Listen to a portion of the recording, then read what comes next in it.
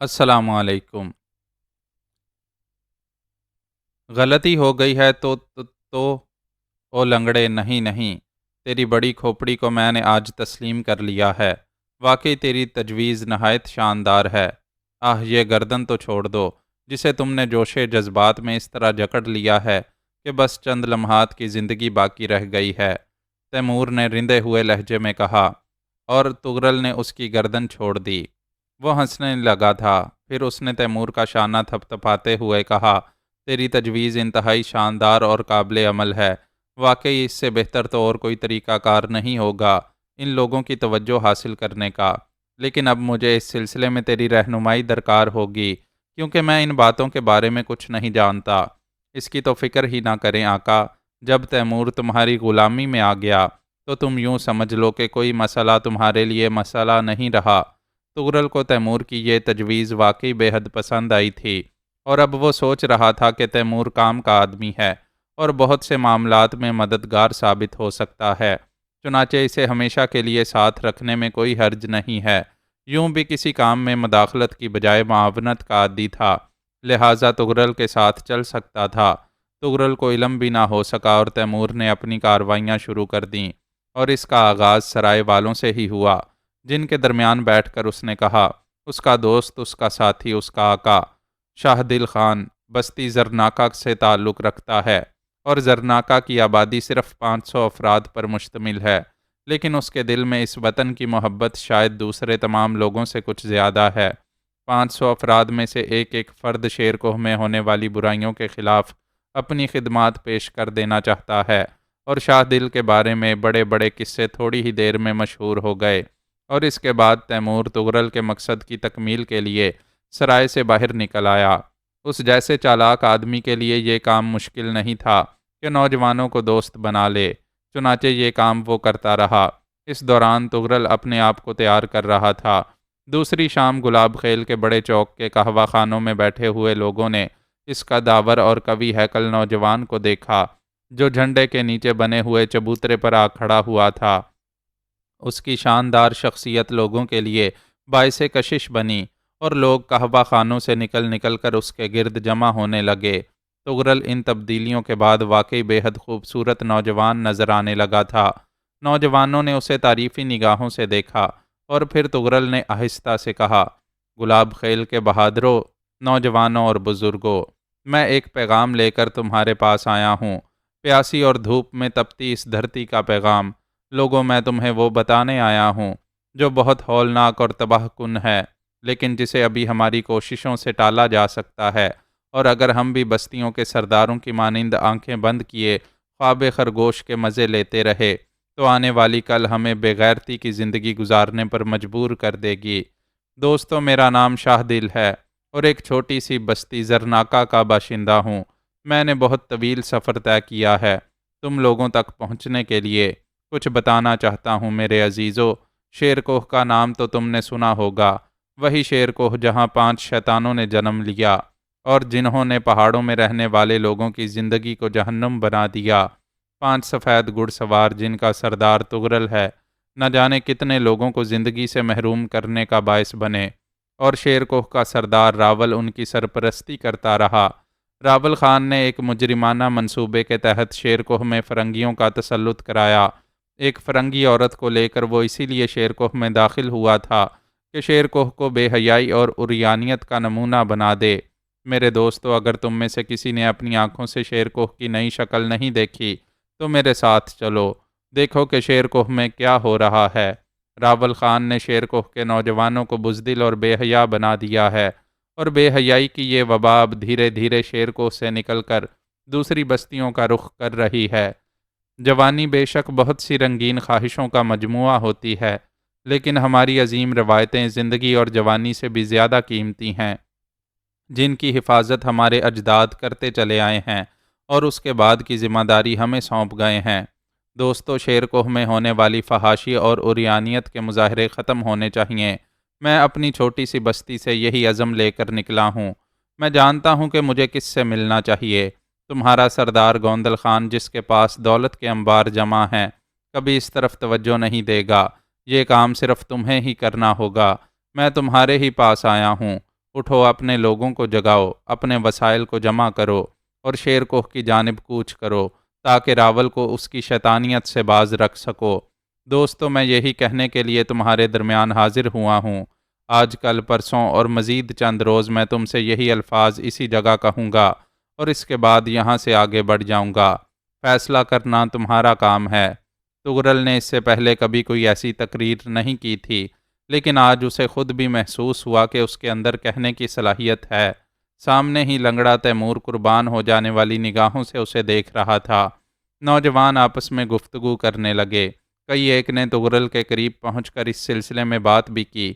تغرل نے یہی کہا کہ یہ فیصلہ انہیں خود کرنا ہے، وہ تو صرف انہیں جگانے کے لیے آیا ہے۔ اگر ان میں سے چند افراد بھی جاگ گئے تو وہ اپنے مقصد کو تکمیل کی حدود میں سمجھے گا۔ پھر وہ لنگڑے تیمور کے ساتھ واپس سرائے میں آ گیا، لیکن ان لوگوں کو خود بھی امید نہیں تھی کہ جو کچھ ہوگا اتنی جلدی ہو جائے گا۔ رات کا پہلا پہر تھا۔ تغرل اور تیمور کھانے سے فارغ ہو کر آرام کر رہے تھے کہ گوندل خان کے خاص دستے کے چند افراد سرائے پہنچ گئے اور سرائے کی مالکہ سے انہوں نے شاہ دل کے بارے میں پوچھا۔ مالکہ انہیں تغرل کے کمرے میں لے آئی۔ آنے والوں کا تغرل نے کھڑے ہو کر استقبال کیا اور پھر ان سے ان کے آنے کی وجہ پوچھی تو ان میں سے ایک نے کہا، سردار گوندل خان تم سے ملنا چاہتا ہے خانہ۔ وہ تمہیں محبت اور عزت و احترام سے اپنی رہائش گاہ میں طلب کرتا ہے۔ اگر اس کی یہ طلبی میرے مقصد کے سلسلے میں ہے تو پھر مجھے تمہارے ساتھ چلنے میں کوئی اعتراض نہیں ہے۔ چلو، تغرل نے کہا۔ لنگڑے تیمور کو اس وقت ساتھ لینا ممکن نہیں تھا، کیونکہ طلبی سردار گوندل خان کی طرف سے ہوئی تھی اور صرف اس کی ہوئی تھی۔ تغرل اپنے رہبروں کے ساتھ چل پڑا، لیکن اس کے ذہن میں بے شمار خدشات رینگ رہے تھے۔ کہیں زیرک گوندل خان اسے پہچان نہ لے، کہیں اس کی بیٹی زرنگاہ کو اس بات کا شبہ نہ ہو جائے کہ آنے والا شاہ دل نہیں بلکہ خود ڈاکو تغرل ہے۔ لیکن خطرہ مول لیے بغیر چارہ کار بھی تو نہیں تھا۔ جب وہ گوندل کے سامنے پہنچا تو وہ تنہا ہی تھا، کوئی مشیر اور ساتھی اس کے پاس موجود نہیں تھا۔ لانے والے اسے دروازے پر چھوڑ کر باہر چلے گئے اور گوندل خان نے مسکرا کر تغرل کا خیر مقدم کیا۔ زرناکا کے شاہ دل کو میں اپنے غریب خانے میں خوش آمدید کہتا ہوں۔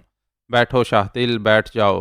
شکریہ سردار گوندل خان۔ تغرل ایک نشست پر بیٹھ گیا۔ گوندل کے انداز میں ایسی کوئی بات نہیں تھی جس سے کسی طور بھی ناگواری کا احساس ہوتا۔ وہ ایک مخلص اور سچا انسان تھا۔ اپنے اوپر اچھالی جانے والی کیچڑ کا اس نے ذرا بھی برا نہیں مانا تھا کہ یہ تعمیری سلسلے میں تھی۔ تب اس نے تغرل خان سے پہلا سوال کیا، حسین نوجوان، پہاڑوں کے جیالے، یہ بستی زرناکا کہاں واقع ہے؟ وہ اتنی غیر معروف ہے اور اتنی مختصر ہے کہ بڑے لوگ ہمیشہ اسے بھول جاتے ہیں۔ نہیں میرے عزیز، میں نے تمہاری بستی کو بھولنے کا تصور بھی نہیں کیا، لیکن تمہیں خود اندازہ ہو گیا ہوگا کہ گلاب خیل کتنے دور دراز فاصلے پر ہے۔ ہمارے لیے تمام لوگوں سے ملنا ممکن نہیں ہوتا، لیکن جو ہم سے ملاقات کر کے اپنے بارے میں بتا دیتے ہیں پھر ہم انہیں کبھی نہیں بھولتے۔ میں زندگی میں صرف ایک بار شیر کوہ گیا ہوں، اس کے اطراف سے بالکل ناواقف ہوں۔ چنانچہ زرناکا کے بارے میں مجھے معلومات حاصل نہیں۔ سنا گیا کہ یہ شیر کوہ سے تقریباً 80 میل کے فاصلے پر ہے۔ ہاں سردار گوندل خان، اس سے کچھ کم یا زیادہ ہو سکتا ہے۔ ترائی کی بستی ہے، برف میں ڈوبی ہوئی، چنانچہ اس طرف کا رخ کم ہی کیا جاتا ہے۔ برف میں ڈوبی ہوئی بستی کے گرم لہو والے نوجوان، تم نے آج شام گلاب خیل کے چوک میں گوندل خان پر کیچڑ اچھالی تھی، کیا یہ درست ہے؟ اگر میرے الفاظ کو کیچڑ اچھالنا سمجھا گیا ہے تو میں ان کے لیے معذرت نہیں کروں گا، بلکہ یہی مشورہ دوں گا کہ ان کی حقیقت کو سمجھا جائے اور اپنی کوتاہیاں دور کر لی جائیں۔ بہت نہ ڈر، بے حد دلیر، سنا ہے تم شیر کوہ کے خلاف عمل کرنے کے لیے میدان میں آئے ہو۔ کوئی منصوبہ ہے تمہارے ذہن میں؟ میں تنہا کچھ نہیں کر سکتا۔ زرناکا کے نوجوان زیادہ سے زیادہ 150 کی تعداد میں ہیں۔ یہ 150 نوجوان اس وقت جب دوسری بستیوں کے غیرت مند شیر کوہ میں ہونے والی برائیوں کو روکنے کی کوشش کریں گے، سب سے آگے لڑ رہے ہوں گے۔ انہوں نے مجھے اپنا نمائندہ بنا کر بھیجا ہے اور مجھے ہر بستی سے ان نوجوانوں کی ضرورت ہے جو شیر کوہ کی برائیوں کو ختم کرنے کے لیے عملی اقدامات کریں۔ تم نے یہ بھی کہا ہے نوجوان کے سرداروں کو کیا پڑی ہے کہ وہ برائیوں کو ختم کرنے کی کوشش کریں، کیا تمہیں اس بات کا علم ہے کہ سرداروں کے شانوں پر کیا ذمہ داریاں ہوتی ہیں؟ افسوس حالات یہی کہتے ہیں کہ سردار کوتاہی اور چشم پوشی سے کام لے رہے ہیں، حالانکہ یہ ان کا فرض ہے کہ راول خان کو ان برائیوں سے روکیں۔ کیا تمہیں علم ہے نوجوان کہ شیر کوہ میں کچھ نمایاں تبدیلیاں ہوئی ہیں؟ کب کی بات کرتے ہو سردار گوندل خان؟ تغرل نے اس سے سوال کیا۔ زیادہ عرصہ نہیں ہوا، بہت تھوڑا سا وقت گزرا ہے، بہت ہی تھوڑا سا۔ 5 سفید گھڑ سوار اب موت کی وادیوں میں جا چکے ہیں، ان میں سے ایک بھی زندہ نہیں ہے، اور شیر کوہ کا سردار راول اپنی کمر ٹوٹی ہوئی محسوس کر رہا ہے، کیونکہ تغرل اس کا بھتیجا، اس کا دست راست تھا، اور اس کے مقاصد کی تکمیل میں اس کا سب سے بڑا معاون۔ تغرل نے اپنے چہرے پر حیرت کے آثار پیدا کیے، اس کی آنکھوں میں مسرت کی جھلکیاں بھی نمودار ہوئیں، اور پھر اس نے کہا، سردار گوندل خان، کیا یہ سچ ہے؟ اگر یہ حقیقت ہے تو تم نے سردار گوندل خان، تم نے مجھے بے پایاں خوشی سے ہمکنار کر دیا ہے۔ نوجوان، اطمینان سے بیٹھو، گوندل خان نے مسکراتے ہوئے کہا، تمہاری پرجوش تقریر کا چرچا پورے گلاب خیل میں ہے، اور لوگ تمہاری شخصیت سے متاثر ہیں۔ میں خود بھی اس بات کا اعتراف کرتا ہوں کہ زرناکا کتنی ہی چھوٹی بستی ہو، لیکن اگر اس بستی میں تم جیسے نوجوان موجود ہیں تو وہ واقعی بہت بڑی ہے۔ میرے نوجوان دوست، میں تمہیں سردار کی حیثیت سے نہیں، بلکہ اس دھرتی کے ایک غلام کی حیثیت سے اپنی کاوشوں کے بارے میں بتانا چاہتا ہوں۔ جو کچھ بھی مجھ سے ممکن ہو سکا کر رہا ہوں۔ اس کے ساتھ ساتھ جو لوگ اس سلسلے میں اسی ہمت اور استقلال سے کچھ کرنا چاہتے ہیں، میں ان کا سب سے بڑا ساتھی ہوں۔ میرے نوجوان دوست، مجھ پر یہ الزام درست نہیں کہ میں یہاں بیٹھا لطف اندوز ہو رہا ہوں۔ نہیں میرے دوست، نہیں۔ میں اس سلسلے میں اپنی کارروائیاں کر رہا ہوں، اور مجھے تم جیسے نوجوانوں کا ساتھ درکار ہے۔ آگے مت جاؤ، لوگ جاگ رہے ہیں، وہ خواب غفلت سے بیدار ہو چکے ہیں۔ مجھے موقع دو کہ میں تمہاری صلاحیتوں سے فائدہ اٹھا سکوں۔ ہاں نوجوان، سردار گوندل خان تمہیں پیشکش کرتا ہے کہ تم اس کے مہمان بنو اور مجھ سے یہ معلوم کرو کہ میں نے اس سلسلے میں کیا کچھ کیا ہے۔ تغرل کی آنکھوں میں ایک وحشیانہ پراسرار چمک بیدار ہو گئی تھی۔ یہ اس کی دلی مسرت کا اظہار تھا۔ اسے امید نہیں تھی کہ اتنا زیرک سردار ایک ہی بار میں چت ہو جائے گا۔ اب تو یوں محسوس ہوتا تھا جیسے سردار گوندل خان اس کے شکنجے میں ہے۔ چنانچہ اس نے گردن خم کر کے کہا، اگر سردار گوندل خان شیر کوہ کی سرکوبی کے لیے کچھ کر رہا ہے تو پھر شاہ دل سے بڑا معاون اس کے لیے کوئی نہ ہوگا۔ سردار، میں نے اپنی زندگی اس مقصد کے لیے وقف کر دی ہے کہ شیر کوہ میں ہونے والی برائیوں کو روکا جائے۔ زرناکا کے عظیم بیٹے، تم یہ سمجھ لو کہ گوندل خان تمہارا دست راست ہے۔ میں تمہارے لیے پہلے قیام کا بندوبست کیے دیتا ہوں، یہاں آ کر آرام سے رہو۔ میں تم سے بہت سی باتیں کرنا چاہتا ہوں، تم نے مجھے بہت متاثر کیا ہے۔ تغرل نے سرسری سا انکار کیا، لیکن پھر گوندل خان کے اصرار پر اسے لنگڑے تیمور کے ساتھ گوندل خان کی حویلی کے ایک حصے میں فروکش ہونا پڑا۔ لنگڑا تیمور تو یہاں آ کر بے حد خوش تھا۔ اس نے پرمسرت لہجے میں کہا، ایک ستارہ شناس سے میری ملاقات ہوئی تھی، برسوں پرانی بات ہے۔ اس نے پیش گوئی کی تھی کہ لنگڑے، ایک دن تمہاری قسمت کا ستارہ ضرور چمکے گا۔ ستارہ شناسی پر مجھے ہمیشہ سے اعتبار ہے شاہ دل، اور ستاروں نے مجھے کبھی دھوکہ نہیں دیا۔ میرے سامنے ہوش مندی کی گفتگو کیا کر، ورنہ کبھی ستاروں کی چال الٹی بھی ہو سکتی ہے۔ تغرل خان نے کہا، گوندل خان کی حویلی میں انہیں معزز مہمانوں کی حیثیت دی گئی تھی اور آسائشوں کے انبار لگا دیے گئے تھے، لیکن جوں جوں وقت گزرتا گیا تغرل کی بے چینی بڑھتی جا رہی تھی۔ اس نے تیمور سے کہا، لنگڑے، اب تو صرف ایک ہی تدبیر میرے ذہن میں آ رہی ہے، اور میں سوچ رہا ہوں کہ اس پر عمل کر ڈالوں۔ کیا عظیم آقا؟ ابتدائی اقدام کے طور پر تجھے قتل کر دوں؟ تغرل نے دانت پیستے ہوئے کہا۔ مجھے؟ تیمور نے خوفزدہ ہو کر کہا، تجھے اور صرف تجھے۔ آقا کو اختیار ہے، لیکن آخر میرے قتل کی کوئی وجہ بھی تو ہوگی، کوئی غلطی، کوئی کوتاہی۔ تو اتنی بڑی کھوپڑی کا مالک ہے، لیکن ابھی تک تو نے کوئی ایسا ذریعہ پیدا نہیں کیا جس سے میری ملاقات زرنگاہ سے ہو سکے۔ تغرل نے کہا، گرم کھانے سے ہمیشہ زبان پر چھالے پڑ جاتے ہیں عظیم آقا۔ تم کامیابی کی منازل طے کرتے جا رہے ہو، کیا یہ قدم ناکافی ہے کہ اس وقت تم اپنے سب سے بڑے دشمن گوندل خان کی حویلی میں ایک معزز مہمان کی حیثیت سے رہ رہے ہو عظیم آقا؟ وہ وقت دور نہیں جب تمہاری ملاقات زرنگاہ سے ہو جائے گی۔ ستاروں کے معتقد تیمور کی یہ پیش گوئی غلط ثابت نہیں ہوئی۔ گوندل نے شاہ دل کو طلب کیا تھا، صرف شاہ دل کو۔ اسے حویلی کے ایک خاص حصے میں بلایا گیا تھا جہاں گوندل خان کے اہل خانہ کی رہائش تھی اور عام لوگوں کو وہاں جانے کی اجازت نہیں تھی۔ تغرل ملازم کے ساتھ اس مخصوص رہائشی حصے میں پہنچ گیا جہاں اسے ایک آرام دہ نشست گاہ میں لے جایا گیا۔ گوندل نے اس کا استقبال کیا اور مسکراتے ہوئے بولا، تمہارے اندر کوئی ایسی کشش پوشیدہ ہے نوجوان جو دلوں کو ایک لمحے میں اپنی جانب راغب کر لیتی ہے۔ میں تمہارے بارے میں بہت کچھ سوچتا رہا ہوں اور میں نے اپنے اہل خاندان تک کو تمہارے بارے میں تفصیلات بتائیں، جبکہ میں اپنے ذاتی معاملات میں اپنے گھر کے کسی فرد کو کوئی مداخلت نہیں کرنے دیتا۔ شاہ دل، میں تم سے اپنے خاندان کا تعارف کرانا چاہتا ہوں۔ یوں تو اس خاندان میں بے شمار افراد ہیں، لیکن میرا سرمایہ حیات میری بیٹی زرنگاہ ہے۔ خدا نے مجھے کوئی بیٹا نہیں دیا، لیکن زرنگاہ میرا بیٹا بن گئی ہے، حالانکہ اس کی تربیت میں نے یا میری بیوی نے ایسی کوئی کوشش نہیں کی، کیونکہ میں قانون قدرت میں کسی بھی تبدیلی کی گنجائش نہیں سمجھتا۔ لیکن زرنگاہ نے ایک مناسب وقت پر آ کر یہ محسوس کیا کہ میں اولاد نرینہ سے محروم ہوں، اور اس نے اپنے آپ کو میرے بیٹے کے روپ میں ڈھال لیا۔ یہ ذرا عجیب سی بات ہے شاہ دل، اور تمہیں بھی ذرا عجیب ہی محسوس ہوگی کہ زرنگاہ نے اپنا نام خرم شاہ رکھا ہے، اور خرم شاہ بن کر اس نے جو کارنامے انجام دیے اس پر میں خود بھی انگشت بدندہ ہوں۔ میں تمہیں اس کے بارے میں تفصیل بتا دوں گا۔ شاہ دل، زرنگاہ بھی میرے ساتھ اس وقت شیر کوہ کے سردار راول خان کی شادی کے جشن میں شریک تھی۔ جب راول خان نے سرداروں کو دعوت نامے بھیجے تھے، ہم وہاں خیمہ زن ہوئے۔ در حقیقت شیر کوہ جانے کا مقصد صرف یہی تھا کہ میں نے جو افواہیں سنی تھیں ان کی تصدیق کروں، اور وہاں پہنچ کر مجھے اندازہ ہوا کہ صورتحال میری توقع سے کہیں آگے ہے، اور پہاڑوں میں رہنے والے بے شمار قبائل جدید دنیا کی چمک سے متاثر ہیں اور اپنے قبیلوں کو اس رنگ میں ڈھالنے کی کوشش کرنے لگے ہیں۔ تارکا کا سردار ہاشم خان بھی جدت پسند تھا۔ اس نے اپنے قبیلے میں قہوہ خانے تعمیر کرائے، اور ان قہوہ خانوں میں رقص و سرور اور شراب تک نوبت پہنچ گئی۔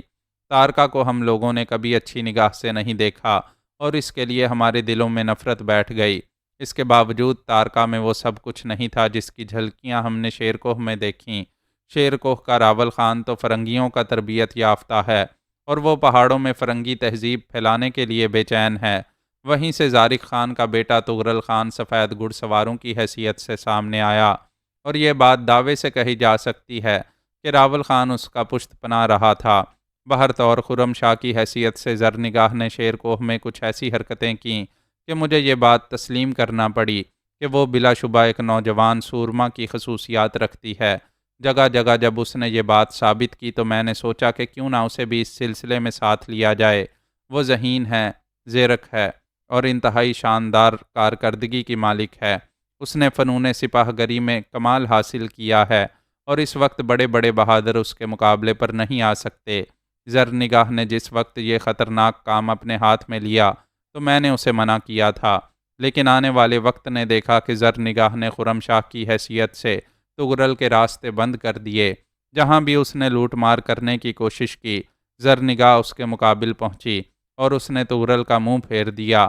ان حالات میں نے زرنگاہ کو ہر طرح کی آزادیاں فراہم کیں، اور آج تک وہ مصروف عمل تھی، لیکن تغرل کی موت کے بعد وہ واپس آ گئی ہے۔ ہم لوگ شیر کوہ کے خلاف بہت کچھ کر رہے ہیں، جس کی تفصیل تمہیں بعد میں بتا دی جائے گی۔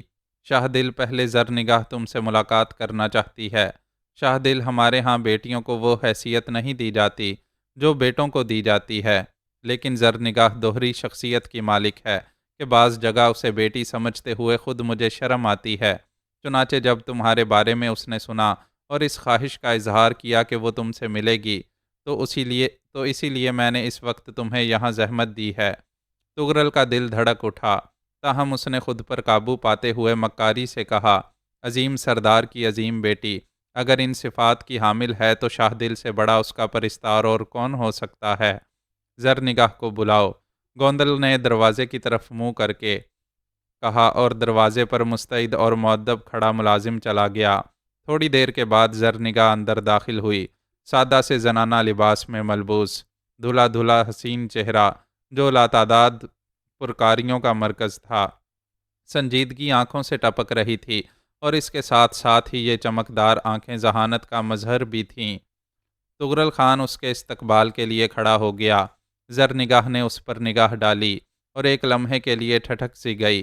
اس کی سادہ اور بڑی بڑی آنکھوں میں پسندیدگی کے جذبات ابھر آئے تھے، لیکن جذبات کا وہ لمحہ فوراً ہی گزر گیا اور اس نے آگے بڑھ کر گردن خم کرتے ہوئے کہا، ان جذبوں کو سلام جو میرے کانوں تک پہنچے ہیں، اس جالے کو سلام جو سچائیوں کے مقصد کی تکمیل کے لیے نکلا ہے۔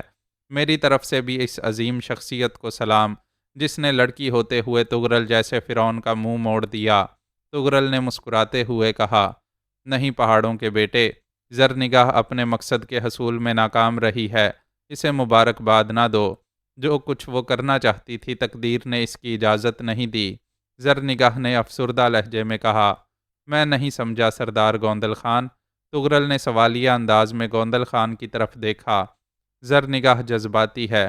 اس نے طغرل خان کے ہاتھوں تاراج ہونے والی بستیوں کو دیکھ کر قسم کھائی تھی کہ طغرل کو وہ اپنے ہاتھوں سے آگ میں زندہ جلائے گی، لیکن طغرل زندہ اس کے ہاتھ نہ آ سکا، جس کی وجہ سے یہ افسردہ ہے۔ اوہ، یہ جذبہ عظیم تھا۔ طغرل مسکراتی نگاہوں سے حسین زرنگاہ کو دیکھتے ہوئے بولا، ہر جذبہ تکمیل نہیں پاتا۔ زرنگاہ نے بدستور افسردگی میں کہا، تم ہی بتاؤ شاہ دل، کسی بھی شخص سے ذاتی انتقام وہ حیثیت نہیں رکھتا جو مجموعی انتقام رکھتا ہے۔ ہماری خواہش یہ تھی کہ پہاڑوں کے رہنے والے لوگوں کو اس شیطان صفت درندے سے نجات مل جائے جو انسانیت کے لیے بہت بڑا خطرہ بن چکا تھا۔ یہ کام ہمارے ہاتھوں نہ ہوا، تقدیر کے ہاتھوں ہو گیا، تو بہرحال یہ افسردہ ہونے کی بات نہیں ہے۔ انسانوں کو تو نجات مل گئی۔ بابا خان وہ اتنا وحشی تھا تو اس کی موت اتنی آسانی سے نہیں ہونا چاہیے تھی۔ اس کی عبرتناک موت کا تماشا تو دنیا کو دیکھنا چاہیے تھا، تاکہ اسے بھی احساس ہوتا کہ موت کس طرح آتی ہے۔ بہرحال میں اپنی افسردگی کا اظہار کر رہی ہوں اور یہی کہہ رہی تھی کہ ہر جذبہ پایۂ تکمیل کو نہیں پہنچتا، اتنا ہی کافی ہے کہ وہ مر گیا۔ بے شک بے شک، طغرل نے لقمہ دیا، پھر زرنگاہ کہنے لگی، شاہ دل، سنا ہے کہ تم ایک چھوٹی سی بستی زرناکا کے باشندے ہو۔ کیا کبھی زرناکا میں بھی لوٹ مار ہوئی؟ کیا کبھی اس کے منحوس قدم زرناکا کی سرزمین تک بھی پہنچے؟ آکاش ایسا ہو جاتا، ایک بار، صرف ایک بار وہ زرناکا کا رخ کر لیتا تو شاید پہاڑوں کی تاریخ میں زرناکا کا نام بھی سنہرے لفظوں میں ابھر آتا۔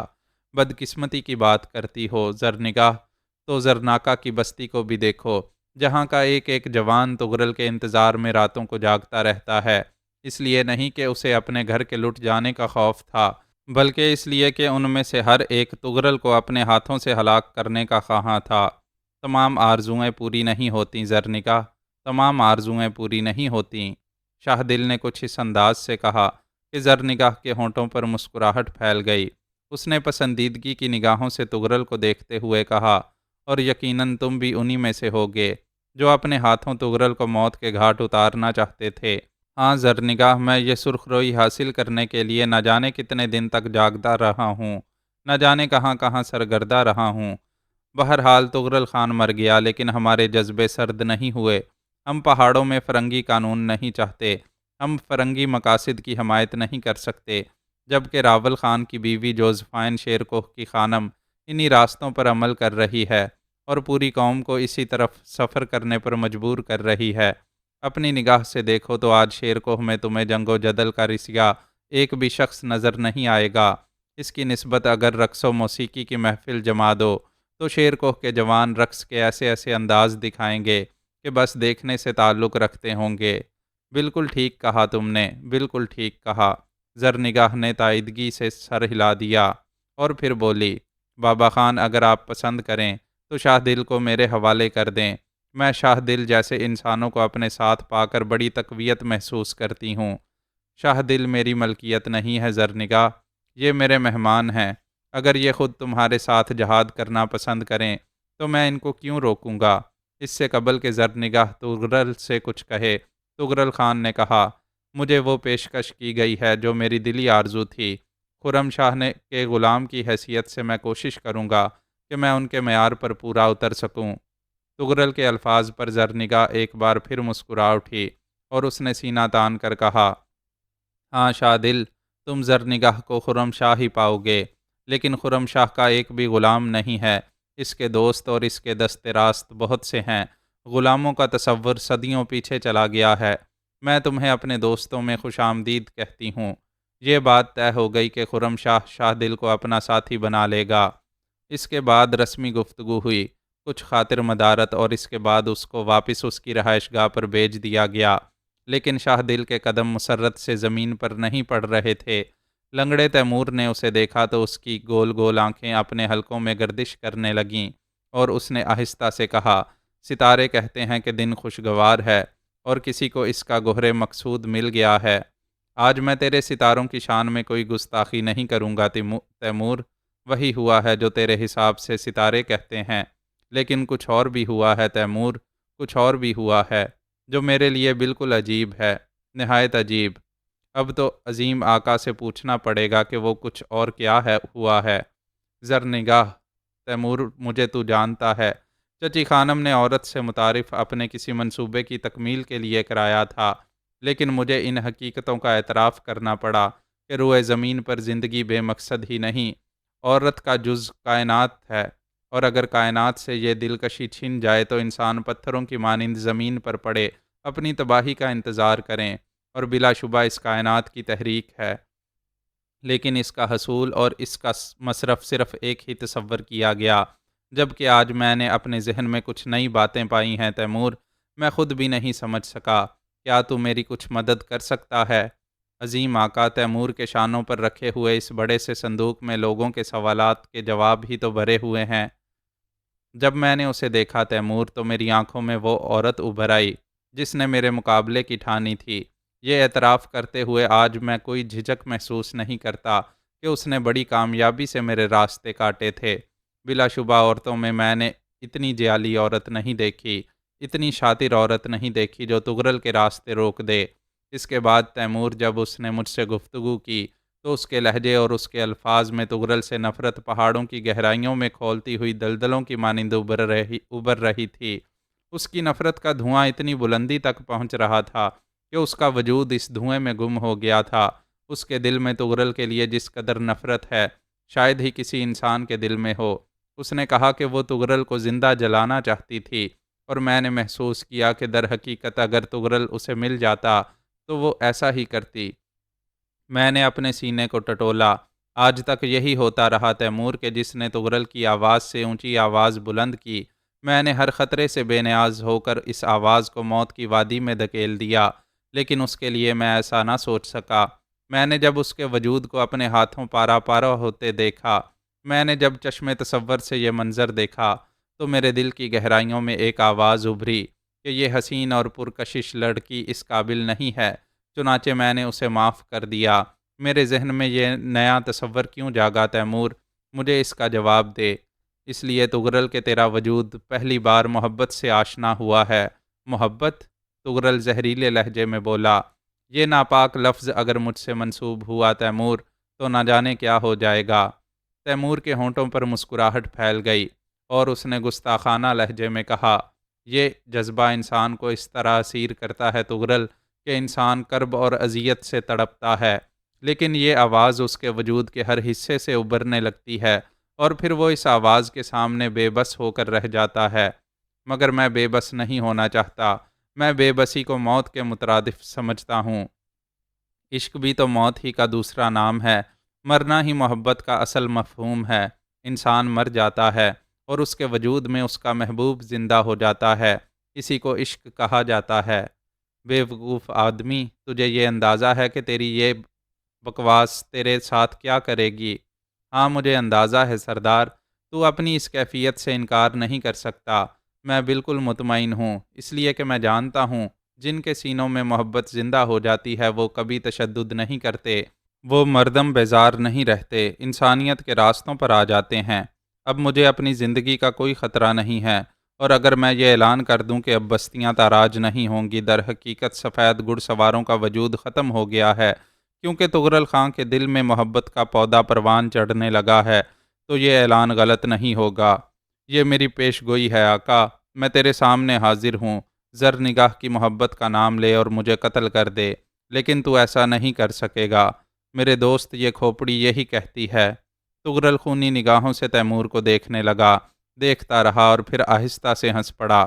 نہیں، میں تجھے کھونا نہیں چاہتا، میں نے تجھے دوست بنایا ہے، تو میرا رازدار اور ایک اچھا ساتھی ہے، لیکن میں تیری اس پیش گوئی کو تسلیم نہیں کروں گا۔ بلا شبہ زرنگاہ مجھے عام عورتوں سے کہیں زیادہ پسند ہے، اور یہ بھی ہو سکتا ہے کہ میں اس کے حصول کے بعد اسے قتل نہ کروں، لیکن تیمور، وہ میری ذات پر مسلط نہ ہو سکے گی۔ میرا عہد پورا ہوگا، یقیناً پورا ہوگا۔ میں نے تو تجھ سے صرف جذبوں کا اظہار کیا تھا، تو نے نہ جانے کیا کیا کہانیاں سنا دیں مجھے۔ تیمور، میں چاہوں تو تجھے تیرے چیلنج کی بنیاد پر قتل کر دوں، لیکن میں ایسا نہیں کروں گا، صرف اس لیے کہ میں تجھ پر یہ ثابت کرنا چاہتا ہوں کہ انسانی فطرت اس کے خمیر میں گندی ہوئی ہے، وہ کبھی تبدیل نہیں ہوتی۔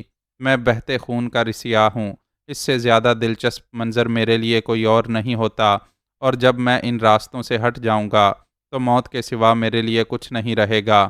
زرنگاہ بھی ختم کر دینے کی چیز نہیں ہے، میرا ذہن تو کچھ اور ہی منصوبے ترتیب دے رہا ہے۔ میں چاہتا ہوں کہ زرنگاہ کے ساتھ مل کر شیر کوہ کی تباہی کا سامان کروں۔ شیر کوہ کے راول خان سے میری دشمنی کا رشتہ اتنا مضبوط ہو گیا ہے کہ اب کوئی جذبہ، کوئی تصور مجھے اس سے باز نہیں رکھ سکتا۔ یہ حکمت عملی ہے، یہ سرداری ہے، اور تو سردار نہیں ہے۔ سڑکوں پر اچھل اچھل کر چلنے والے یہ بات تیری اس کھوپڑی میں نہیں آ سکتی۔ بھول جا اپنے ستاروں کو اور اپنی پیش گوئی کرنے والی فطرت کو، کاٹ کر پھینک دے اپنی اس بے تکی زبان کو جو صحیح مفہوم ادا نہیں کر سکتی۔ میرا نام تغرل ہے، اور تغرل تجھ سے کہتا ہے کہ زرنگاہ کو ایک خارش زدہ کتیا کی مانند زندگی گزارنے پر مجبور کر دوں گا۔ اس کی گردن میں رسہ باندھ کر اسے ایک درخت سے باندھ دوں گا، اور وہ بقیہ عمر وہیں گزار دے گی۔ محبت، عشق میرے نزدیک قابل نفرت جذبے ہیں، سمجھا تیمور؟ میں محبت سے نفرت کرتا ہوں، اور اس کا ثبوت میں تجھے فراہم کر دوں گا۔ تغرل کی آنکھیں غیظ و غضب سے چمکنے لگی تھیں۔ تیمور ڈر گیا، اب وہ اس سلسلے میں بحث کرنا نہیں چاہتا تھا، کیونکہ اس کا نتیجہ اس کے حق میں برا بھی نکل سکتا تھا۔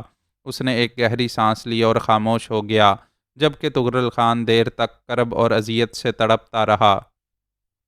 زرنگاہ سے دوسری ملاقات خود تغرل نے نہیں کی تھی، بلکہ دوسرے ہی دن زرنگاہ کی ایک خادمہ اس تک پہنچی تھی۔ آقا زادی نے آپ کو باغ خوباں میں بلایا ہے۔ کون ہو تم؟ اور کون آقا زادی؟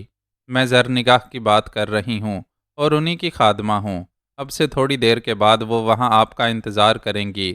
آپ اگر پسند کریں تو میرے ساتھ چلیں۔ تغرل فوراً ہی تیار ہو گیا تھا۔ رہائش گاہ کے ایک گوشے میں لنگڑا تیمور بیٹھا مسکرا رہا تھا۔ تغرل نے اس کی طرف توجہ نہیں کی تھی، اور تیاریاں کرنے کے بعد خادمہ کے ساتھ چل پڑا۔ باغ خوباں بستی کے مشرقی گوشے میں ایک انتہائی حسین جگہ تھی۔ سرسبز و شاداب درخت، جن کے دامن میں گھاس کا ترشا ہوا سبز قالین بچھا ہوا تھا، اور اس کے درمیان پھولوں کے حسین تختے نظر آ رہے تھے۔ حسین پھول جن کی خوشبو مدھم مدھم چلتی ہواؤں میں رچ کر پورے باغ میں پھیل رہی تھی۔ درمیان میں ایک بڑا سا حوض جس میں رنگین مچھلیاں کلیلیں کر رہی تھیں، اور اس حوض کے کنارے پانی کی شہزادی سفید لباس میں سفید موتیوں کے ہلکے زیور سے آراستہ بیٹھی تغرل کا انتظار کر رہی تھی۔ تغرل اسے دیکھ کر حیران رہ گیا۔ بادلوں کی چھاؤں میں کجلائے ہوئے موسم کی دھند میں یہ حسین مورت ایک بار پھر اس کے دل کی کائنات پر مسلط ہو گئی۔ خادمہ تو اسے وہاں چھوڑ کر چلی گئی۔ تغرل دیر تک وہیں کھڑا رہا، اور جب زرنگاہ کو اس کی موجودگی کا احساس ہوا تو وہ بوکھلائے ہوئے انداز میں کھڑی ہو گئی۔ اوہ شادل، تم نے مجھے مخاطب بھی نہیں کیا۔ میں تو سوچ رہی تھی کہ تم کیسے انسان ہو، اتنی دیر سے انتظار کر رہی ہوں، اور تم اب آئے ہو۔ تغرل چونک کر سنبھلا اور پھر مسکراتا ہوا اس کے قریب پہنچ گیا۔ تم اپنے خیالوں میں اس طرح گم تھیں کہ میں نے تمہارے حسین خوابوں کا مجسمہ توڑنے کی کوشش مناسب نہیں سمجھی۔ بندوق کی گولیوں سے کھیلنے والے حسین الفاظ سے کھیلتے ہیں تو عجیب محسوس ہوتا ہے۔ بیٹھو، زرنگاہ نے ایک حسین دل آویز مسکراہٹ کے ساتھ کہا۔ ماحول انسان کو اس کی اصل فطرت سے کتنی دور لے جاتا ہے، اس کا تجربہ مجھے اس سے قبل نہیں تھا۔ مطلب؟ زرنگاہ نے دل آویز انداز میں پوچھا۔ میرے کانوں میں گولیوں کی گھن گرج، گھوڑوں کی ٹاپوں اور آہو بکا کے علاوہ کبھی کوئی آواز نہیں گونجی، اور اب میں چاندی کی ان گھنٹیوں کی آوازیں سن رہا ہوں۔ جو آنکھوں اور کانوں کے راستے دل میں اتر کر نہ جانے کیا کیفیات پیدا کر دیتی ہیں۔ بہرحال تعمیل حکم کے طور پر میں نے اپنے الفاظ روک لیتا ہوں۔ ارے نہیں نہیں، ہم تم پر کوئی پابندی لگانے کے مجاز تو نہیں ہے شاہ دل۔ گویا مجھے اجازت ہے کہ حسن کی شان میں قصیدہ خوانی کرتا رہوں۔ تیز لگتے ہو۔ بابا خان کے سامنے تو ایسی معصوم گفتگو کر رہے تھے کہ اندازہ ہوتا تھا کہ بندوق کے علاوہ اور کوئی زبان نہیں جانتے۔ حقیقت بھی یہی تھی۔ تھی سے کیا مراد؟ زرنگاہ نے پوچھا۔ انسان کا وجود کبھی کبھی ماضی بن جاتا ہے اور وہ خود کو حال میں ایک اجنبی شے سمجھتا ہے۔ بھائی مجھے منطق نہیں آتی۔ میں تو خود ایک سادہ لوح سپاہی ہوں، اور یہ سپاہی تو ایک عجوبہ بن گیا ہے میرے لیے۔ خرم شاہ کا وجود معمولی حیثیت نہیں رکھتا اور میں اس میں بھٹک رہا ہوں۔ چھوڑو شاہ دل، خرم شاہ کو یاد نہ دلاؤ۔ میں وہ نہ کر سکی جو کرنا چاہتی تھی۔ اب دل بجھ سا گیا ہے۔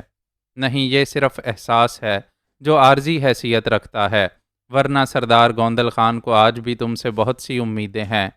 ہاں، میں خود کو ضائع نہیں کرنا چاہتی۔ پہاڑوں میں اس فرنگی عورت نے جو کچھ کیا ہے اس کا جواب اسے ضرور ملنا چاہیے۔ یہ فرنگی اور یہ مہذب دنیا کے رہنے والے ہمیں عقل سے عاری سمجھتے ہیں۔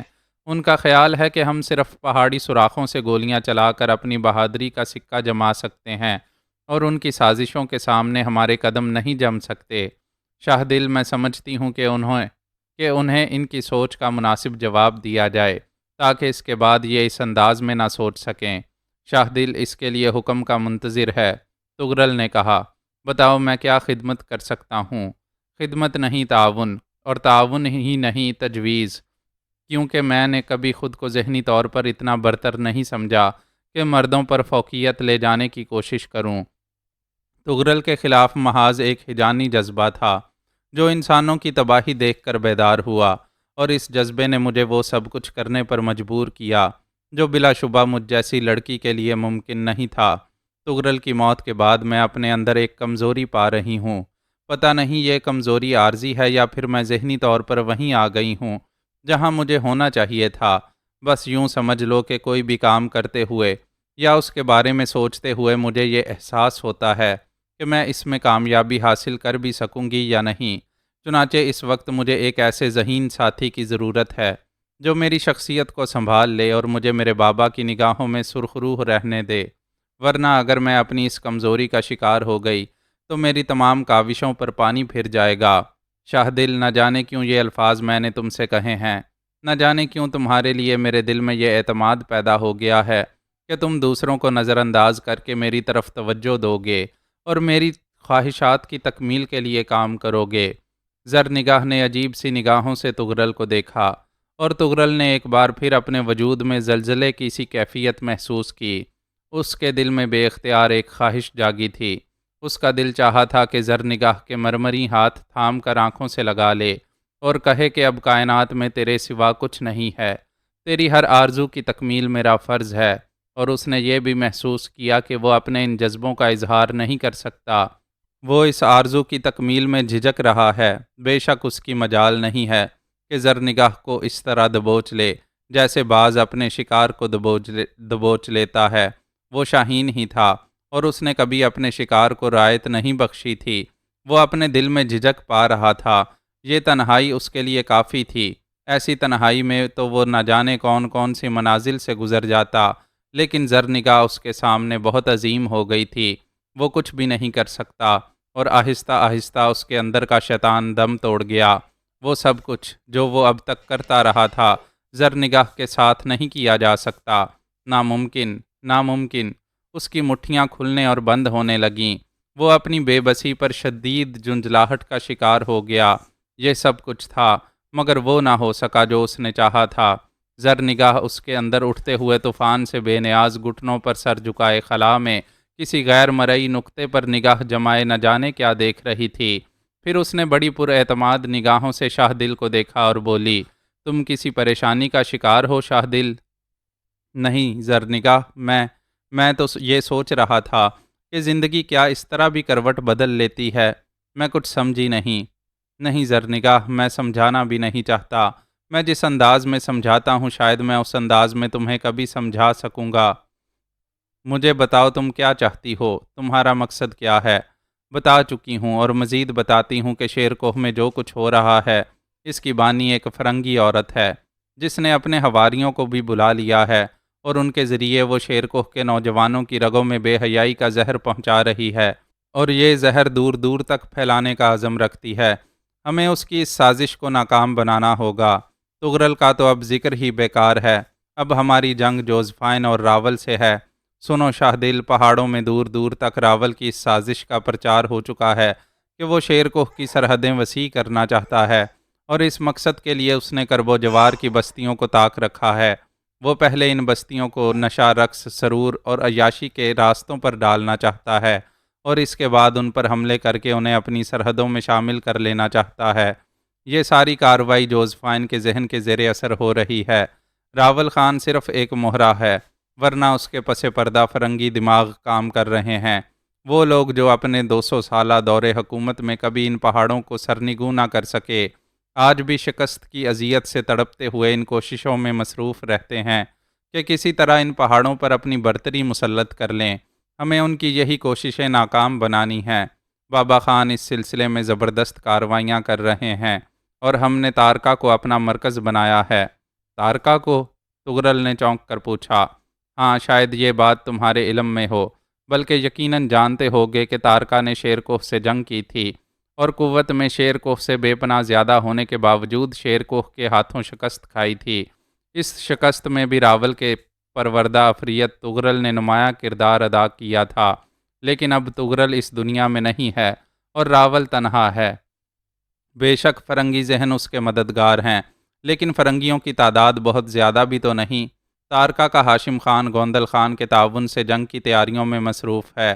گلاب خیل اور شیر کوہ کے درمیان اتنا فاصلہ ہے کہ ہم یہاں سے براہ راست شیر کوہ پر لشکر کشی نہیں کر سکتے۔ وسائل محدود اور راستے خطرناک ہیں۔ راول خان کو اگر علم ہو گیا تو وہ راستے میں ہمیں بے شمار ایسی جگہوں پر مل سکتا ہے جہاں ہم کتنی ہی قوت کے ساتھ سفر کریں ہمیں بآسانی تباہ کیا جا سکتا ہے۔ اس لیے تارکا کا انتخاب کیا گیا ہے۔ گلاب خیل کا سرمایہ، اطراف کی بستیوں کی افرادی قوت اور ہمارا دماغ، یہ سب کچھ مل کر بالآخر شیر کوہ کے خلاف ایک خوفناک شکل اختیار کر جائیں گے۔ یہ کام گوندل خان کر رہے ہیں اور بابا خان بہت بے حد ذہین ہیں، لیکن اس بات کو یوں نہ سمجھنا کہ میں اپنی تعریف کر رہی ہوں۔ انہیں یہ تمام راستے میں نے دکھائے ہیں اور اب وہ ان راستوں پر برق رفتاری سے دوڑ رہے ہیں۔ میرے ذہن میں تو یہی منصوبہ تھا کہ میں تغرل کی لاش بابا خان کی خدمت میں پیش کروں اور میں نے اپنی تمام توجہ اسی بات پر مرکوز بھی رکھی تھی، لیکن وہ نہ ہو سکا جو میں چاہتی تھی۔ اب میری خواہش ہے کہ کوئی ایسا کارنامہ سر انجام دوں جو بابا خان کے راستے پوری طرح کھول دے اور میری انفرادیت برقرار رہے۔ تغرل زرنگاہ کے چہرے پر پھیلے ہوئے جذبات کو دیکھ رہا تھا۔ نہ جانے کیوں اس کے دل میں خواہش پیدا ہوئی کہ کوئی ایسا کام کرے جو زرنگاہ کو اس کا مقصد دے دے۔ وہ خاموشی سے زرنگاہ کو دیکھتا رہا۔ تب زرنگاہ کی آواز ابھری، کچھ سوچو شاہ دل، میں بھی دن رات اسی فکر میں سرگرداں ہوں۔ مجھے تمہارے آنے سے بے پناہ خوشی ہوئی ہے۔ مجھے یوں لگتا ہے کہ جیسے تم میرے لیے ہی آئے ہو۔ تغرل چونک پڑا۔ کتنی سچی بات کہی تھی زرنگاہ نے۔ حقیقت تو یہی تھی کہ وہ زرنگاہ کے لیے سب کچھ چھوڑ آیا تھا، اپنے دوستوں کو، اپنے مقصد کو، لیکن یہ سب کچھ حویلی سے زرنگاہ کا بلاوا آیا تو وہ اٹھ گئی۔ مجھ سے ملنا چاہو تو بے دھڑک اطلاع بھجوا سکتے ہو اور مجھے بھی جب ضرورت پڑی تو تمہارے پاس آ جاؤں گی۔ زرنگاہ چلی گئی۔ تغرل اس وقت تک اسے دیکھتا رہا جب تک وہ نظر آتی رہی۔ اس کی نگاہوں سے اوجھل ہونے کے باوجود وہ اسے دیکھتا رہا، پھر چونک پڑا۔ اب تو صرف ہواؤں میں اس کی خوشبو رہ گئی تھی۔ وہ دیر تک اپنی جگہ کھڑا رہا۔ یہ پریشانی، یہ بے چینی اس سے پہلے تو کبھی نہیں ہوئی تھی۔ پھر وہ بھی باغ خوباں سے باہر آ گیا، لیکن اپنی رہائش گاہ جانے کو جی نہیں چاہ رہا تھا۔ کیا ہے یہ سب کچھ؟ کیا ہے؟ کیا بکواس ہے؟ وہ عورت ہے، صرف عورت، ایک ایسی عورت جس نے اس کے راستے کاٹے تھے، جس سے اس کا صرف انتقام کا رشتہ تھا۔ یہ عورت اس پر اس قدر مسلط کیوں ہوتی جا رہی ہے؟ نہیں، ہرگز نہیں۔ تو تغرل کو تسخیر نہیں کر سکتی عورت تو تغرل کو تسخیر نہیں کر سکتی۔ میں پہاڑوں کا شہنشاہ ہوں، تو مجھے اپنے فریب کا شکار نہیں بنا سکتی۔ تو اس کے منہ سے جھاگ اڑنے لگی۔ فریب، ایک عظیم فریب! وہ فریبی عورت مجھے اپنے حسن کے جال میں پھانس کر نکارہ کرنا چاہتی ہے۔ کیا وہ جانتی ہے کہ میں ہی تغرل ہوں؟ کیا وہ مجھے پہچان گئی ہے؟ ہو سکتا ہے۔ تو پھر اس نے میرے لیے کیا منصوبہ بنایا ہے؟ شاہ دل، میرے آقا، تم یہاں کیا کر رہے ہو؟ عقب سے تیمور کی آواز سنائی دی اور وہ چونک پڑا۔ تو یہاں کیوں آیا؟ باغ خوباں میں تیرا کیا کام؟ مگر یہ جگہ باغ خوباں نہیں ہے آقا۔ کیا بات ہے، تم کچھ پریشان نظر آ رہے ہو؟ میں تغرل ہوں چوہے، اس کائنات میں کوئی ایسا نہیں جس کی وجہ سے میں پریشان ہوں، اسی لیے مجھے حیرت ہو رہی ہے آقا۔ تیمور نے جلدی سے کہا، میرے ساتھ آج تیرے بارے میں بھی فیصلہ ہو جائے۔ کسی ویرانے میں چلتے ہیں۔ ویرانے میں؟ تیمور کی بھررائی ہوئی آواز ابھری۔ چل۔ تغرل نے اسے گردن سے پکڑ کر زور سے دھکا دیا اور تیمور دوڑا چلا گیا۔ اس طرح دوڑ کر اس نے خود کو گرنے سے بچایا تھا۔ تغرل اسے کافی دور لے آیا تھا۔ پھر ایک جگہ رک کر اس نے تیمور کو گھورتے ہوئے کہا، تجھے اپنی اس کھوپڑی پر بڑا ناز ہے لنگڑے؟ ابھی تک نہیں آقا، لیکن جس دن میں تمہارے لیے کچھ کر سکا اس دن ضرور ناز کروں گا۔ میں انتظار کا قائل نہیں ہوں۔ میں نہیں سمجھا آقا، آج اور ابھی تجھے فیصلہ کرنا ہوگا تاکہ میں تجھ سے نجات پالوں، تغرل نے کہا، اور تیمور کے چہرے پر پریشانی کے آثار نظر آنے لگے، لیکن پھر اس نے سنبھل کر کہا، سنو عظیم آقا، تم بہت بڑے ہو، اتنے بڑے کہ پہاڑوں کی بلند چوٹیاں تمہارے سامنے سرنگوں ہیں۔ تم نے ہمیشہ انہیں ہلاک کیا ہے جنہوں نے تمہارے سامنے گردن اٹھائی ہے۔ میری گردن تو ہمیشہ تمہارے سامنے جھکی ہے۔ مجھے کیوں ہلاک کرنا چاہتے ہو؟ اس لیے کہ تو میرا رازدار ہے، مجھے کوئی نقصان پہنچ سکتا ہے تو تیری ذات سے، صرف تیری ذات سے۔ تغرل مصلحت پسند نہیں ہو سکتا، وقت سے پہلے اپنے دشمن سے خوف زدہ نہیں ہو سکتا، تیمور نے کہا۔ میں کچھ کرنا چاہتا ہوں تیمور، لیکن کیا کروں؟ ایک پریشان احساس میرے وجود پر طاری ہے۔ شاید میں پریشان ہوں، تغرل نے جھنجھلائے ہوئے لہجے میں کہا۔ اپنی پریشانی کی وجہ مجھے بتا دو آقا، ممکن ہے کہ میری کھوپڑی تمہارے کسی کام آ جائے، تیمور نے کہا، اور تغرل اسے گھورنے لگا۔ پھر بولا، تیمور، اگر تیرے پاس میری مشکل کا حل نہ ہوا تو میں عہد کرتا ہوں کہ تجھے زندہ نہیں چھوڑوں گا، قتل کر دوں گا تجھے۔ مجھے ایک اعتماد ہے عظیم آقا، میں جانتا ہوں میری موت تمہارے ہاتھوں نہیں لکھی، ستارے کچھ اور ہی بتا چکے ہیں مجھے۔ ستارے؟ تغرل خان نے کہا۔ آقا، میری پوری زندگی کی کہانی ستاروں نے مجھے سنا دی ہے۔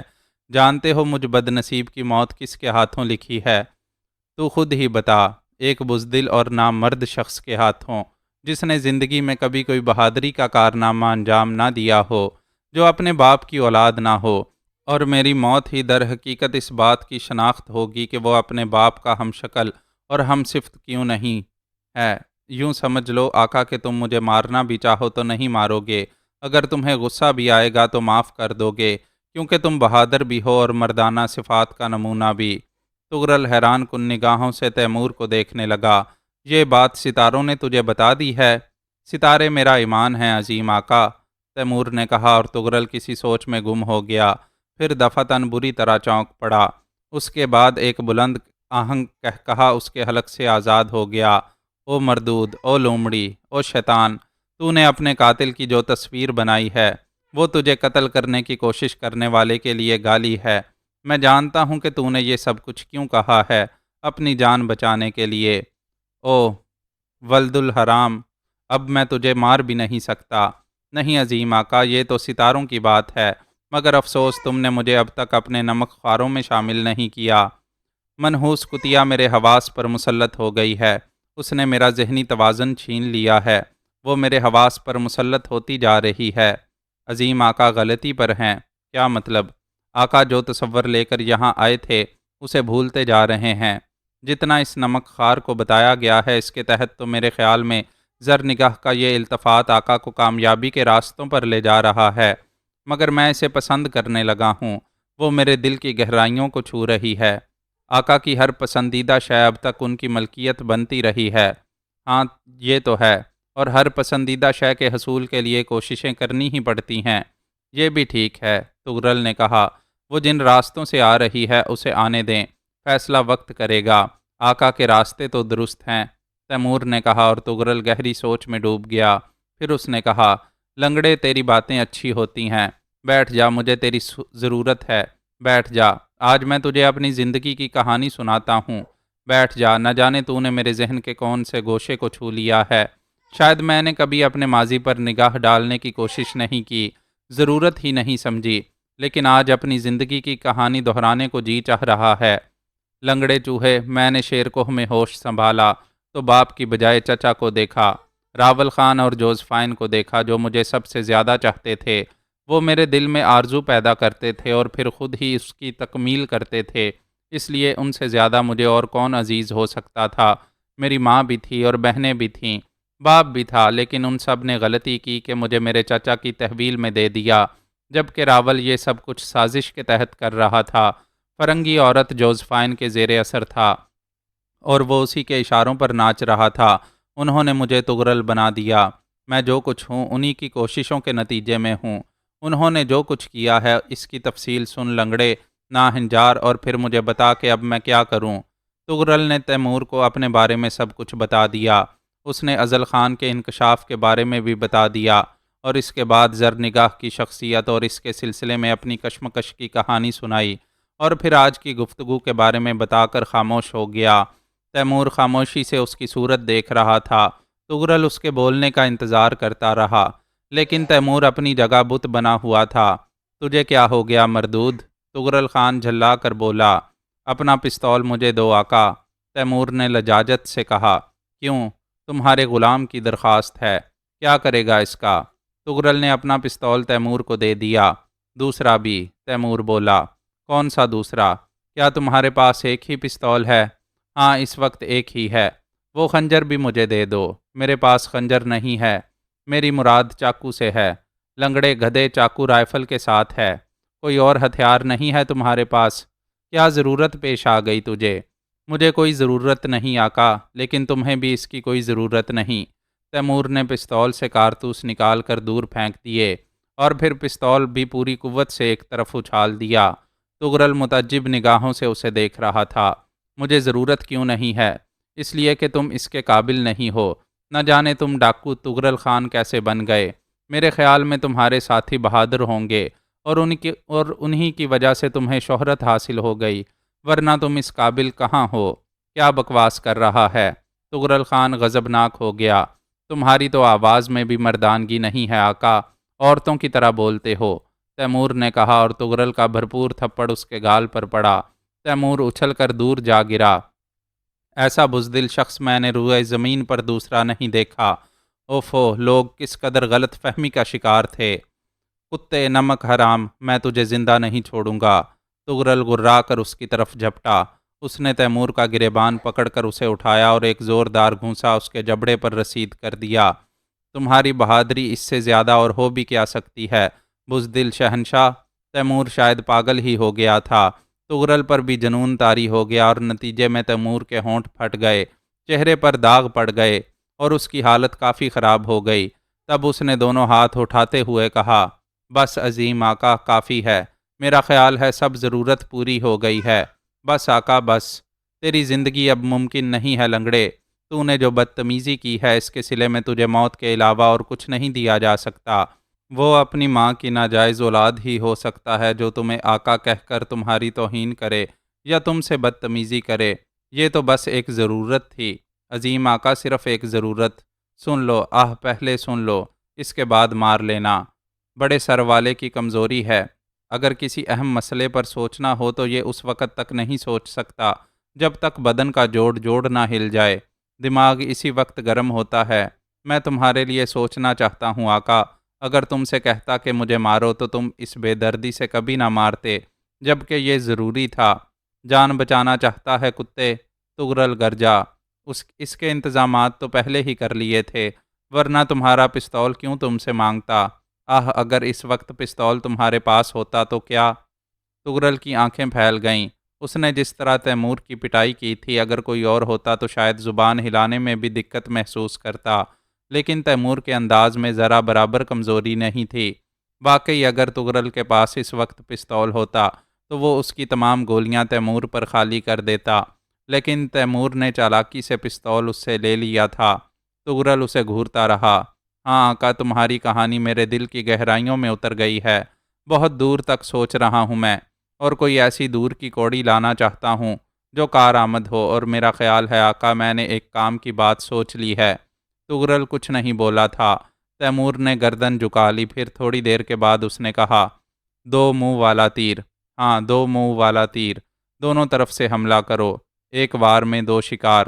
اگر تو نے مجھے مطمئن نہ کیا تو، تغرل نے کہا، سن لو آقا، اگر مطمئن ہو جاؤ تو ٹھیک ہے، ورنہ اس وقت تو اس کھوپڑی میں گلزار کھلے ہوئے ہیں۔ سنو، دو منہ والا تیر استعمال کرو۔ اس ساری داستان میں خود غرضی اور انتقام کے گڑھے کھلے ہوئے ہیں۔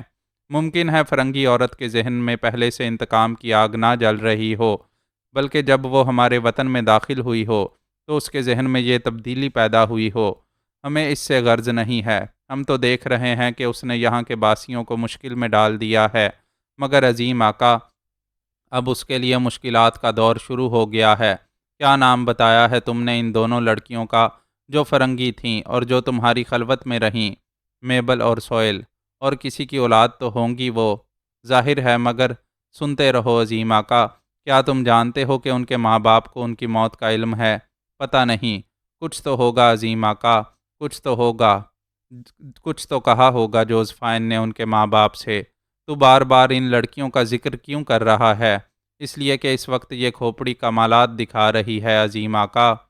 زرنگاہ کوئی ایسا کام چاہتی ہے جو اس کے مقصد کی تکمیل کر دے، راول خان کو اس کی سازش کی سزا ملے اور جوزفائن کو تباہ و برباد کیا جائے۔ شیر کوہ کے دلیر، تم یہ کام اس طرح کر سکتے ہو کہ خفیہ طور پر شیر کوہ جاؤ، راول خان اور جوزفائن کو ہلاک کر دو، لیکن اس سے کیا ہوگا؟ دشمن کو اسی کے ہتھیار سے نہ مارا تو کام ہی کیا کیا؟ تجھ پر لعنت ہو لنگڑے، تیری ایک بات بھی میری سمجھ میں نہیں آ رہی۔ یوں لگتا ہے جیسے مار کھانے کے بعد تجھے عقل آ گئی ہو، اور اب تو یہ بکواس جان بچانے کے لیے کر رہا ہو۔ بات دشمن کے ہتھیار کی ہو رہی ہے عظیم آقا، اس میں یہ لنگڑا کہاں سے گھس آیا؟ لڑکیوں کا نام سوئل اور میبل تھا، ماں باپ کا نام کچھ بھی ہو، ہمیں اس سے کیا غرض؟ لیکن ہمیں اس سے تو غرض ہے کہ ماں باپ کو ان کی بیٹیوں کے بارے میں اطلاع دے دی جائے۔ کیا مطلب؟ تغرل کی سمجھ میں کچھ نہیں آیا تھا۔ سنتے رہو عظیم آقا، سنتے رہو، کام بے شک تمہیں کرنا ہے، صحیح فیصلہ کرنا بھی تمہارا ہی کام ہے، لیکن یہ کھوپڑی یہی کہتی ہے۔ سنو عظیم آقا، تمہارا کام کیا ہے؟ شیر کوہ تمہارے لیے اجنبی نہیں ہے، تمہارے علاوہ اور کون ہے جو وہاں پوشیدہ رہنے کے لیے کوئی عمدہ جگہ تلاش کر سکے؟ بلکہ سنو آقا، شیر کوہ تو اب دوستوں اور دشمنوں کے لیے ایک ہی حیثیت رکھتا ہے، یعنی وہ کعبہ خانے جو اب اس کی شناخت بن گئے ہیں، وہاں کسی کو بھی جگہ مل سکتی ہے۔ وہاں قیام کر کے جانتے ہو تمہیں کیا کرنا ہے؟ کیا؟ تغرل نے بے اختیار پوچھا۔ اسے اب لنگڑے تیمور کی باتوں میں دلچسپی محسوس ہو رہی تھی۔ فرنگی وہاں موجود ہیں، ان کے کانوں تک تمہیں یہ بات پہنچانی ہے کہ سوئل اور میبل تغرل خان کو پیش کی گئی تھیں، اس کے لیے ان کے عوض وہ شیر کوہ کے خزانے پر کر دے، اور اس نے ایسا ہی کیا، لیکن سوئل اور میبل اس کی وحشت کا شکار ہو گئیں۔ اس سے کیا ہوگا؟ تغرل اب رام ہوتا جا رہا تھا، فرنگی ٹولہ خود بخود جوزفائن کے خلاف ہو جائے گا، اور ممکن ہے وہ فوری رد عمل کا اظہار بھی کرے۔ ہمیں اسی رد عمل سے فائدہ اٹھانا ہے عظیم آقا، یہ ضرب جوزفائن کے لیے شدید ترین ہوگی۔ دشمن کو زخمی کر کے چھوڑ دو، اور پھر اس کے زخم نہ بھرنے دو۔ انتقام کا اس سے عمدہ طریقہ اور کوئی نہیں ہو سکتا۔ ہم جوزفائن کے لیے زخم تلاش کرتے رہیں گے، مگر اس کے لیے مجھے شیر کوہ جانا ہوگا۔ ہاں جانا ہوگا، میرا مقصد تو کچھ اور ہے۔ نہیں آقا، تمہارے تمام راستے اسی سمت جاتے ہیں۔ کیا زرنگاہ کی شکست تمہارے تمام مقاصد پورے کر دے گی؟ کیا اسے شکست دینے کے بعد تم شیر کوہ کی طرف متوجہ نہیں ہوگے؟ نہیں، ایسا تو نہیں ہے راول خان اور چچی خانم، میرا مطلب ہے جوزفائن رات کو سوتے ہوئے بھی میرے ہی خواب دیکھتے ہوں گے۔ میں ان کے لیے پیغام چھوڑ آیا تھا۔ زرنگاہ کی بات کرو خان، فرنگی ٹولے کو جوزفائن سے برگشتہ کر کے تم زرنگاہ کا دل جیت سکتے ہو۔ وہ اس بات پر یقین کر لے گی کہ اس کائنات میں تم سے زیادہ ذہین، تم سے زیادہ اچھا انسان اور کوئی نہیں ہے۔ کیا سمجھے؟ تغرل سوچتا رہا، اور پھر دفتن وہ ہنس پڑا۔ لنگڑے سور مردود، تو نے مجھ سے مار کیوں کھائی؟ کیا دیوانگی تھی یہ؟ اب مجھے افسوس ہو رہا ہے۔ عظیم آقا، اپنے باپ کی قسم کھا کر کہہ رہا ہوں، اگر میں تمہارے ہاتھوں مار نہ کھاتا تو یہ عمدہ منصوبہ کبھی میری اس کھوپڑی میں جنم نہ لیتا۔ دراصل میری کھوپڑی زنگ آلود ہو جاتی ہے اور صاف اسی وقت ہوتی ہے جب ذرا میری مرمت ہو جائے۔ تیرا منصوبہ مجھے پسند آیا، مگر اس دوران تو کیا کرے گا؟ یہاں رک کر تمہارا انتظار کروں گا عظیم آقا، تمہاری محبت کی حفاظت کروں گا۔ زرنگاہ کو دوسری ملاقات پر یہ سب کچھ بتا دو، میرے خیال میں وہ بھی اس منصوبے کو پسند کرے گی۔ تغرل پرسوچ انداز میں مسکرانے لگا۔ معزز سامعین و ناظرین، لائک، کمنٹس اور شیئر کریں، شکریہ۔